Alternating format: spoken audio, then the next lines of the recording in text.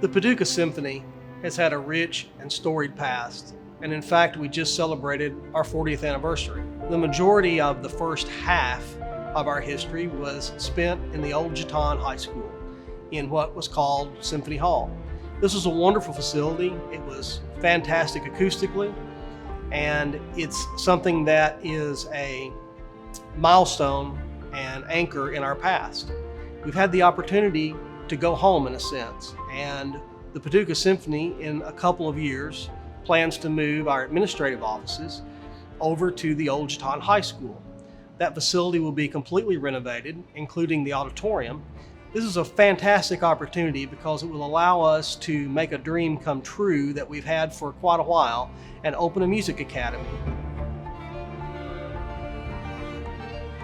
The choral parts of the Paducah Symphony have been thriving and on stage for decades. The choral programs of the Paducah Symphony Orchestra have never had a home. We've had lots of hosts, gracious hosts, but there's something about having your own place. There's something about being able to put your signature and put your sound in that space and bring it alive. It was once explained to me like this, that it's one thing to listen to a recording of great music. It is something completely different to experience great music in person. And what this is going to do is to allow those choruses to thrive and to deliver that to everybody. Now, let me make one thing perfectly clear. We have no plans of ever leaving the Carson Center. Even though Symphony Hall at the old Jeton School was fantastic in the first part of our history, it would not be sufficient now to house a symphony concert. We're so fortunate to have the Carson Center, and I just want to reassure everyone that Paducah Symphony performances will continue to occur at the Carson Center going forward.